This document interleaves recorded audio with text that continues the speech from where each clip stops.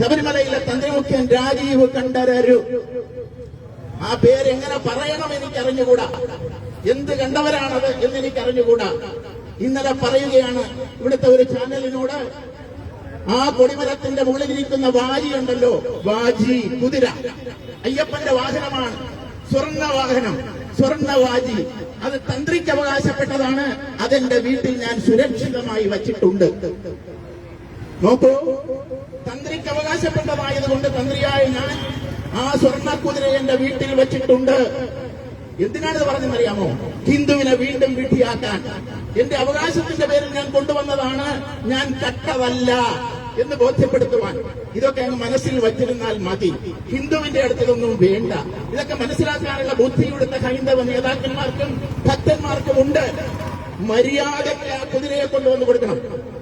കോടതിയുടെ യാതൊരു കാര്യങ്ങളും കാത്തു നിൽക്കേണ്ട ആവശ്യമില്ല. ഇവിടെ പത്മകുമാർ